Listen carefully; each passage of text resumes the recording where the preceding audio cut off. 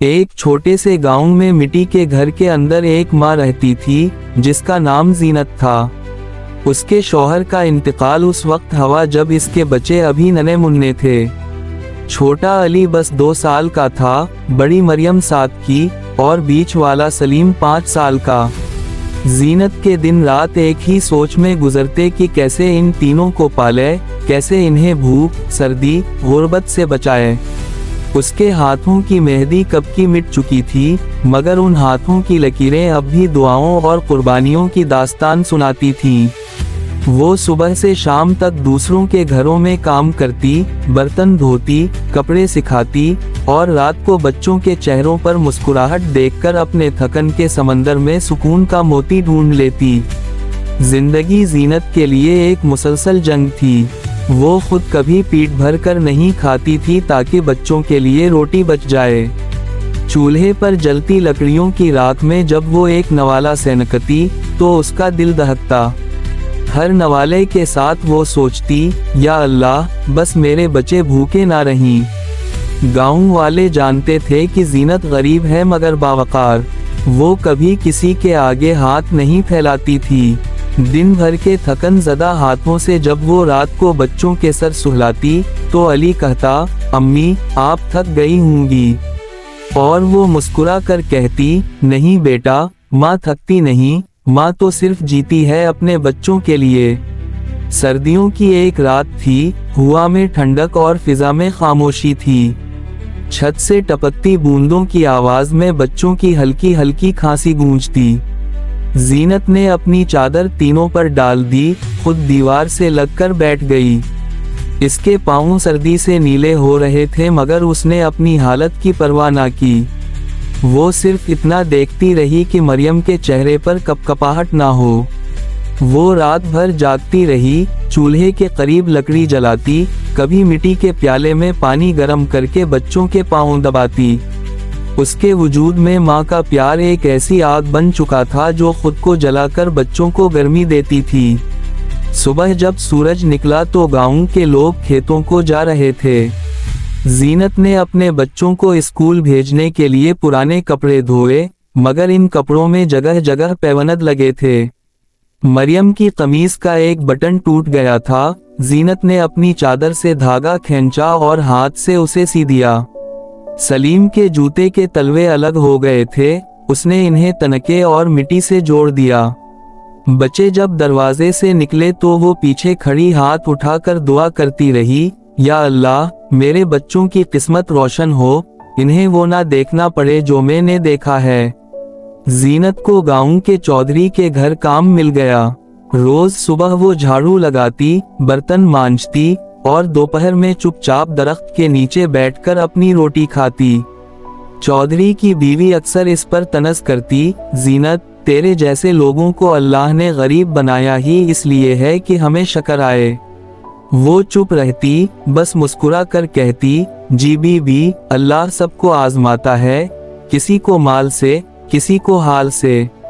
उसके दिल में दिख के साए गहरे थे मगर लबों पर सब्र की मेहर लगी थी। एक दिन मरियम बुखार में तपने लगी। जीनत ने दवाई के पैसे जोड़ने के लिए अपने इकलौते चांदी के झमके बेच दिए जो उसकी शादी की निशानी थे। जब दुकानदार ने कम दाम लगाया तो वो रोते हुए बोली, ये सिर्फ जेवर नहीं, मेरे ख्वाब हैं, मगर अगर मेरी बच्ची मुस्कुरा दे तो सब कुर्बान है। रात को जब मरियम की तबीयत कुछ संभली तो जीनत ने सजदे में गिरकर शुक्र अदा किया। इसकी आंखों से बहते आंसू मिट्टी में जज्ब हो गए, जैसे जमीन खुद भी इस माँ की कुर्बानी पर रो पड़ी हो। वक्त गुजरता गया मगर जीनत की जिंदगी का बोझ हल्का ना हुआ।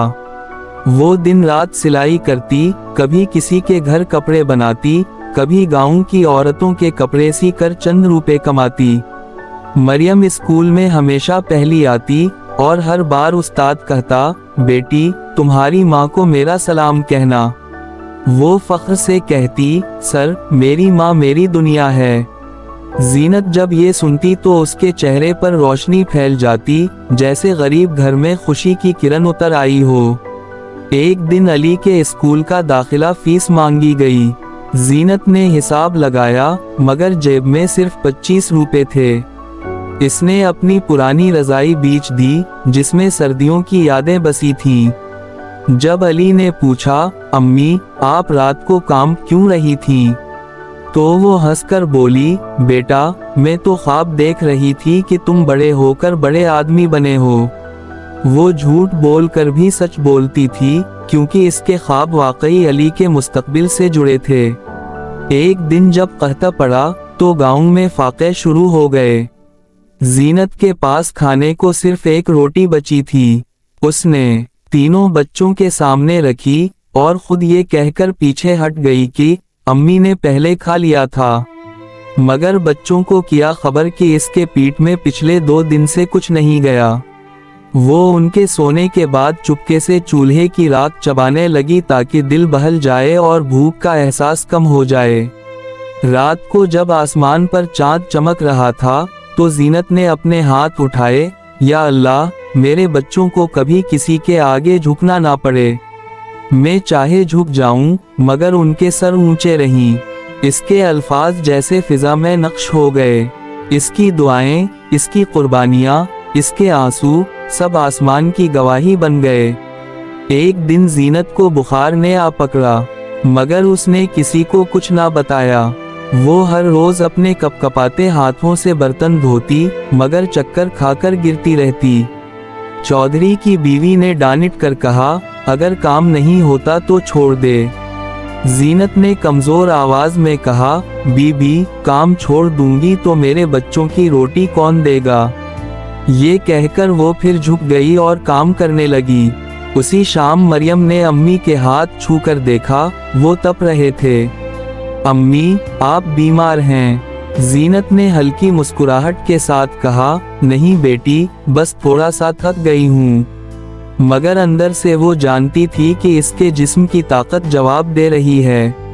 फिर भी वो रुकना नहीं चाहती थी क्योंकि रुकना मतलब बच्चों के ख्वाबों का टूट जाना था। दूसरे दिन अली स्कूल गया तो टीचर ने कहा, तुम्हारी माँ बहुत बहादुर है।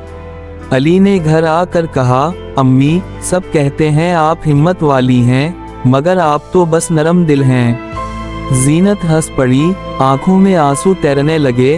बेटा नरम दिल होना ही सबसे बड़ी हिम्मत है। वो लम्हा किसी मुकद्दस दुआ की तरह था। महीनों बाद जब फसल तैयार हुई तो जीनत ने मजदूरी के पैसे मिलने पर बच्चों के लिए नए कपड़े खरीदे।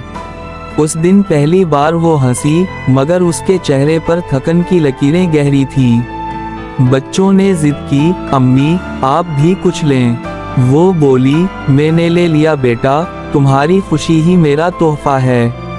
एक रात जीनत ने चुपके से मरियम के सर पर हाथ रखा और कहा, बेटी जब तुम बड़ी हो जाना तो कभी अपनी औलाद के लिए थकना मत, क्योंकि माँ की थकन दुआ बन जाती है।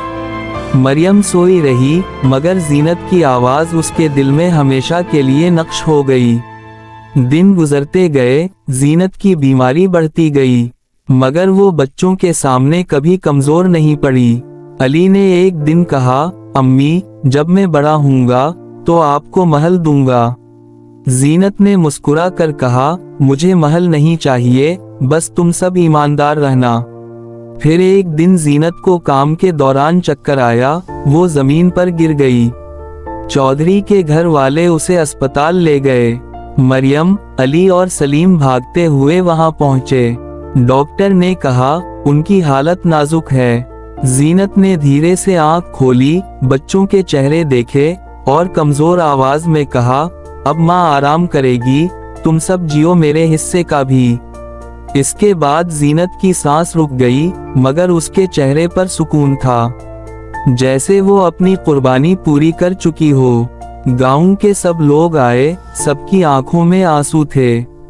एक बूढ़ी औरत ने कहा, ये माँ नहीं फरिश्ता थी जो इंसान बनकर हमारे बीच रही। मरियम ने माँ के हाथ पकड़े और कहा, अम्मी आपने हमें जीना सिखा दिया, अब हम आपका ख्वाब पूरा करेंगे। और वाकई सालों बाद अली डॉक्टर बना, सलीम उस्ताद और मरियम खुद नर्स बन गई। वो सब लोगों की खिदमत करते मगर हर रात अपनी माँ के लिए दुआ करते। वक्त गुजरा, मौसम बदले मगर जीनत की याद बच्चों के दिल से कभी ना निकली। उसके जाने के बाद घर की दीवारें जैसे खामोश हो गई थीं। मगर इसकी कुर्बानियाँ, इसकी दुआएं, इसके हाथों की खुशबू अब भी उन कमरों में बसी थी। मरियम जब चौल्हा जलाती तो माँ की वही ठंडी सांस याद आती जो कभी लकड़ियों के धुएं के साथ मिल जाती थी। सलीम जब कुरान खोलता तो माँ की आवाज़ सुनाई देती जो कहा करती थी, बेटा, इल्म हासिल करना इबादत है। और अली जब किसी बीमार का हाल सुनता तो उसे माँ के हाथों का लमस याद आता जो हमेशा इसके बुखार पर ठंडक बनकर रखा जाता था। घर अब सादा मगर पुरनूर था। मरियम ने माँ की तरह सिलाई शुरू की ताकि भाइयों के पढ़ने के अखराजात पूरे हो सकें। वो दिन रात काम करती मगर उसके चेहरे पर शिकवा नहीं आता था। वो कहती, अम्मी ने दिख में भी खुशी ढूंढना सिखाया है। कभी कभी वो रात को आसमान की तरफ देखती और बोलती, अम्मी, आपकी दुआएं अब भी हमारे साथ हैं। चांद की चमक जैसे इसकी बात का जवाब देती थी। अली स्कूल में मेहनत करता, सबसे आगे रहता। उसके दिल में एक ही ख्वाब था, मैं बड़ा होकर अपनी माँ की तरह खिदमत करूँगा, मगर इस बार लोगों की, ताकि कोई माँ गुर्बत के हाथों ना रोए। उस्ताद जब इसकी तारीफ करते तो वो मुस्कुरा कर कहता, ये सब मेरी माँ की दुआ है। उसके दिल की गहराइयों में वो माँ की तस्वीर एक चिराग की तरह रोशन थी जो कभी बचता नहीं था। सलीम पढ़ाई के साथ साथ गांव के बच्चों को मुफ्त पढ़ाने लगा। वो कहता, मेरी माँ कहती थी इल्म बांटने से बढ़ता है। गांव के लोग हैरान थे कि ये वही बच्चे हैं जिनकी माँ बर्तन धोकर, सिलाई करके इन्हें पढ़ाती थी। अब वही बच्चे गांव का फख्र बन रहे थे। जीनत अगर जिंदा होती तो यकीनन आंसुओं में भी मुस्कुराहट लिए देखती कि इसकी कुर्बानी ज़ाया नहीं गई। एक दिन मरियम को शहर के अस्पताल में नर्स की नौकरी मिली। इसने सबसे पहले माँ की कब्र पर जाकर फूल रखे और कहा, अम्मी, आपने हमेशा कहा था खिदमत सबसे बड़ी इबादत है। आज मैं आपके ख्वाब की दहलीज पर हूँ। कब्र की मिट्टी से खुशबू उठी जैसे किसी माँ की दुआ ने अपनी बेटी के कदम चूम लिए हूँ। अली जब डॉक्टर बना तो उसने गांव में एक छोटा क्लिनिक खोला। दरवाजे पर लिखी तख्ती पर सिर्फ 2 अल्फाज थे, माँ का साया। लोग दूर दूर से आते और वो कभी किसी से पैसे नहीं लेता था जिनके पास नहीं होते थे। वो कहता, मेरी माँ ने भूख में हमें पिलाया, मैं कैसे किसी भूखे को खाली हाथ भेज दूं। इसके क्लिनिक की दीवारों पर माँ की यादें, तस्वीरें और दुआएं झिलमिलाती थीं। सलीम ने स्कूल में उस्ताद बनने के बाद गांव के बच्चों के लिए लाइब्रेरी बनाई। इसने इसका नाम रखा जीनत हाल। जब बच्चे वहां पढ़ते तो वो कहता, ये लाइब्रेरी मेरी माँ की कमाई की है, इसकी मेहनत से मैं यहाँ तक पहुँचा। बच्चे हैरान हो जाते मगर उनके दिल में भी अपनी माँओं की इज्जत बढ़ जाती। जीनत अब सिर्फ एक माँ नहीं थी, वो एक सबक बन चुकी थी। एक दिन गांव में एक औरत रोती हुई अली के क्लिनिक आई। इसका बच्चा बीमार था और इसके पास पैसे नहीं थे। अली ने बगैर कुछ कहे इलाज किया, दवा दी और जाते वक्त कहा, बाजी, आप अपने बच्चे को माँ की तरह संभालो, माँ का दिल सबसे बड़ा इलाज है। वो औरत चली गई मगर अली के चेहरे पर एक सुकून था, जैसे उसने अपनी माँ को खुश कर दिया हो। रात को तीनों बहन भाई माँ की कब्र पर बैठे। मरियम बोली, अम्मी, हमने आपका वादा निभाया, अब हम दूसरों की दुआओं में जी रहे हैं। अली ने कहा, अम्मी, मैंने किसी को भूखा नहीं लौटाया। सलीम ने सर झुका कर कहा, मैंने किसी बच्चे को जहालत में नहीं रहने दिया। कब्र की मिट्टी जैसे चमक उठी, फिजा में एक खामोश खुशबू फैल गई। माँ की दुआ अब उनके वजूद में रच बस चुकी थी। वक्त के साथ साथ जीनत की कहानी पूरे गांव में फैल गई। लोग अपने बच्चों को कहते, जीनत जैसी माँ बनो जो अपनी भूख मिटाकर बच्चों के ख्वाब पूरे करती थी। औरतें जब अपने बच्चों को सलाने लगती तो लोरी में जीनत का जिक्र करती, सो जा मेरे लाल, तेरी माँ तेरे लिए जिएगी, जैसे जीनत अपने बच्चों के लिए जीती रही। अली का क्लिनिक अब अस्पताल बन चुका था। इसके दरवाजे पर लिखा था, जीनत वेलफेयर अस्पताल, माँ की मोहब्बत से कायम। हर कमरे में लिखी हुई एक दुआ लगी थी, माँ की खिदमत करो, वो जन्नत का दरवाज़ा है। जब कोई मरीज सेहत याब होकर जाता तो अली दिल ही दिल में कहता, अम्मी, एक और जिंदगी बच गई, जैसे आपने हमें बचाया था। मरियम अब एक माँ बन चुकी थी। जब वो अपनी बेटी को गोद में लेती तो जीनत की याद में आंखों से आंसू बह जाते।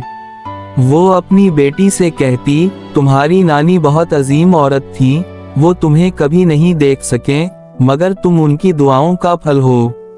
बेटी मुस्कुरा देती और मरियम के दिल में सुकून उतर आता, जैसे जीनत ने आसमान से हाथ रख दिया हो। सलीम ने बच्चों के लिए एक स्कॉलरशिप शुरू की, माँ की कुर्बानी फंड।